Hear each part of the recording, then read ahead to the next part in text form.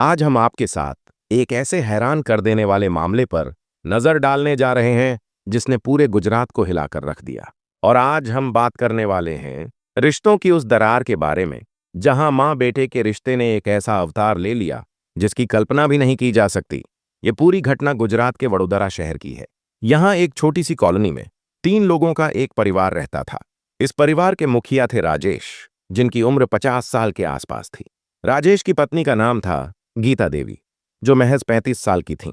और इस परिवार में तीसरा सदस्य था राजेश का बेटा राहुल, जो अपने पिता की पहली पत्नी से पैदा हुआ था।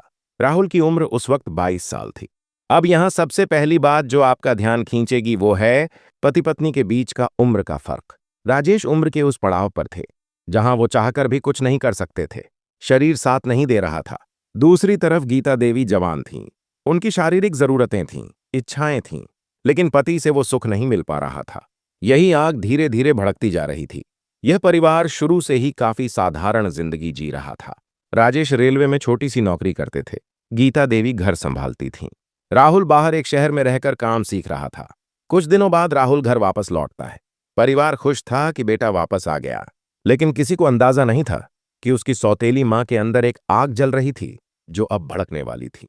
राजेश को थोड़ा बहुत अंदाजा था कि उनकी पत्नी किस किस्म की औरत है, लेकिन वो चाहकर भी कुछ नहीं कर पाते थे, क्योंकि राजेश की पहली पत्नी का कुछ साल पहले देहांत हो गया था।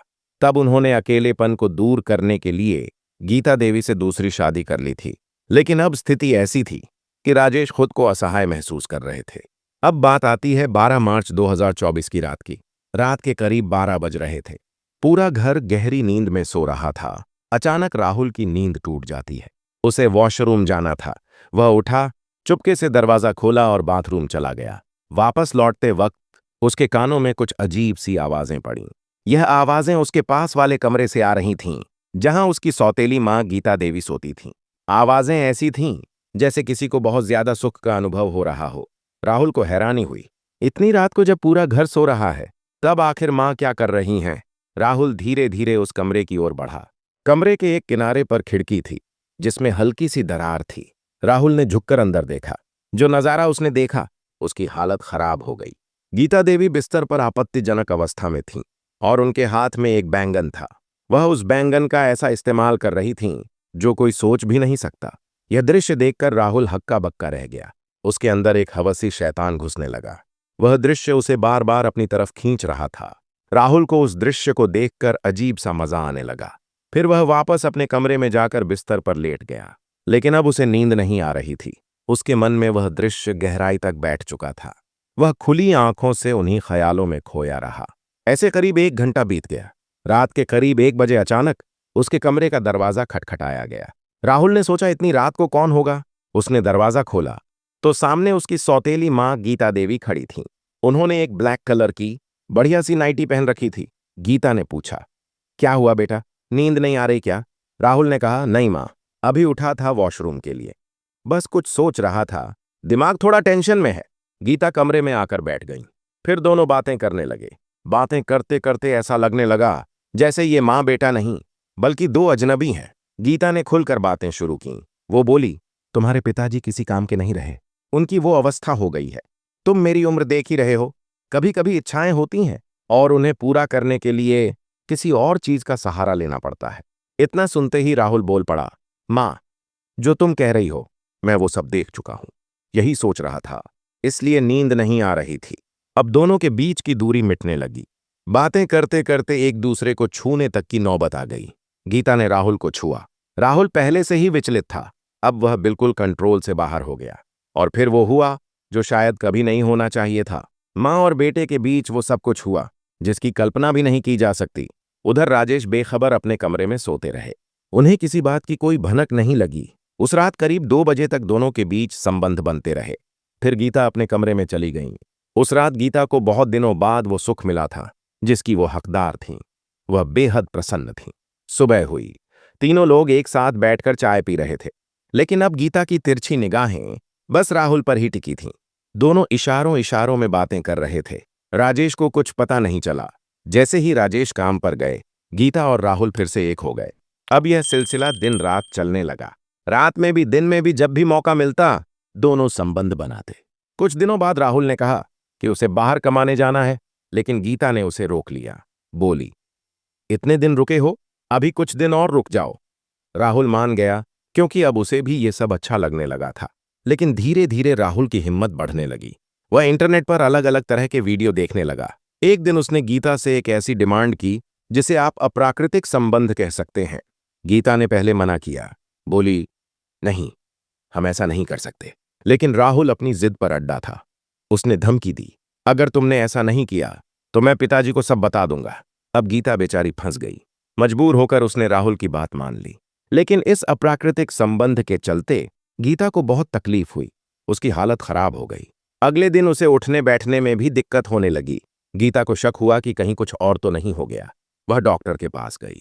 डॉक्टर से उसने झूठ बोला, मुझे पाइल्स की दिक्कत है, जिसकी वजह से बैठ नहीं पा रही हूं। डॉक्टर ने उसे दर्द की क्रीम दे दी। गीता ने वो क्रीम लगाई, जिससे थोड़ी राहत मिली। इस घटना के बाद राहुल को एहसास हो गया कि अब वह यहां ज्यादा देर नहीं रुक सकता। वह वहां से चला गया। करीब 2 महीने बीत गए। अब दोनों फोन पर बातें करने लगे थे। मां बेटे वाला रिश्ता अब पूरी तरह खत्म हो चुका था। वो एक दूसरे के गर्लफ्रेंड और बॉयफ्रेंड बन चुके थे। फोन पर घंटों बातें होती। एक दिन गीता ने राहुल को बुलाया, एक दिन के लिए आजा। राहुल भी जवान था, उसे भी आदत लग चुकी थी। वह बार बार गीता से मिलने जाने लगा। उसके बार बार जाने से राजेश को शक होने लगा। फिर वो रात आई। रात के करीब 1:30 बजे राहुल और गीता कमरे में संबंध बना रहे थे। तभी अचानक राजेश की नींद खुली। उन्हें बाथरूम जाना था। बाथरूम जाते वक्त उनके कानों में कुछ आवाजें पड़ीं। यह आवाजें राहुल के कमरे से आ रही थीं। राजेश को शक हुआ। वह सीधे उस कमरे के दरवाजे पर गए और दरवाजा खटखटाया। अंदर दोनों की हालत खराब हो गई। अब क्या करें? किसी तरह कपड़े पहने। 2 मिनट बाद दरवाजा खोला। राजेश ने अंदर झांक कर देखा। दोनों कपड़े पहने हुए थे, लेकिन उनके चेहरे पर घबराहट साफ झलक रही थी। राजेश ने गीता से पूछा, यहां क्या कर रही हो? गीता ने बहाना बनाया, इसे थोड़ी तकलीफ हो गई थी, सिर दर्द हो रहा था, तो मैं तेल लगाने आई थी। राजेश ने सवाल किया, तेल लगा रही थीं? फिर इतनी देर तक दरवाजा क्यों नहीं खोला और कमरे की लाइट क्यों बंद थी? गीता बोली, नाइट बल्ब चलाया था। राहुल को रोशनी से दिक्कत होती है। लेकिन राजेश को शक पूरा हो चुका था। उसने गीता को धमकाया, सच बताओ वरना बुरा होगा। डर के मारे गीता ने सब कुछ सच बता दिया। कैसे ये सब शुरू हुआ, कैसे चलता रहा। राजेश सुनकर हैरान रह गया। वह चुपचाप अपने कमरे में जाकर लेट गया। उस रात उसे नींद नहीं आई। अगली सुबह राजेश ने राहुल को घर से बाहर निकाल दिया। उसने कहा, आज के बाद इस घर में तुम बिल्कुल मत आना, नहीं तो मुझसे बुरा कोई नहीं होगा। मैं नहीं चाहता कि मेरी बेइज्जती हो। समाज में मेरी इज्जत है, तुम मेरी इज्जत खराब मत करो। चुपचाप यहां से निकल जाओ, दोबारा यहां मत दिखना, वरना पुलिस को सब बता दूंगा। राहुल वहां से चला गया। लेकिन ये बात अब घर में ही नहीं रुकी। आए दिन घर में झगड़े होने लगे। पड़ोसियों ने भी भांप लिया कि कुछ गड़बड़ है। धीरे धीरे पूरी कॉलोनी में ये बात फैल गई कि गीता और उसके बेटे के बीच अवैध संबंध हैं। राहुल समझ गया कि अब मामला बिगड़ चुका है। हालांकि वो और गीता कभी कभार बाहर मिल लेते थे, लेकिन वो सिलसिला जो पहले चल रहा था वह खत्म हो गया। एक बड़ी घटना होने से टल गई। दोस्तों, ये कहानी सुनाकर हमारा मकसद किसी का दिल दुखाना या किसी को परेशान करना नहीं है, बल्कि हमारा उद्देश्य है आपको जागरूक करना, आपको सचेत करना, ताकि ऐसी घटनाएं आपके आसपास ना हो। समाज में कब किसकी नीयत किस पर खराब हो जाए, ये कोई नहीं कह सकता। कलयुग का यही प्रभाव है कि रिश्ते आज सिर्फ नाम के रह गए हैं। इस पूरी घटना पर आपके क्या विचार हैं? क्या आपको लगता है कि गीता देवी ज्यादा दोषी थीं या राहुल? हमें कमेंट में जरूर बताएं। साथ ही आप इस वीडियो को कहां से देख रहे हैं यह भी लिखें। अगर आपको हमारी यह वीडियो पसंद आई हो तो कृपया इसे लाइक करें और अपने दोस्तों के साथ शेयर करें, ताकि यह जानकारी ज्यादा से ज्यादा लोगों तक पहुंच सके। अगर आपने अब तक हमारे चैनल को सब्सक्राइब नहीं किया है तो अभी सब्सक्राइब कर लें। धन्यवाद।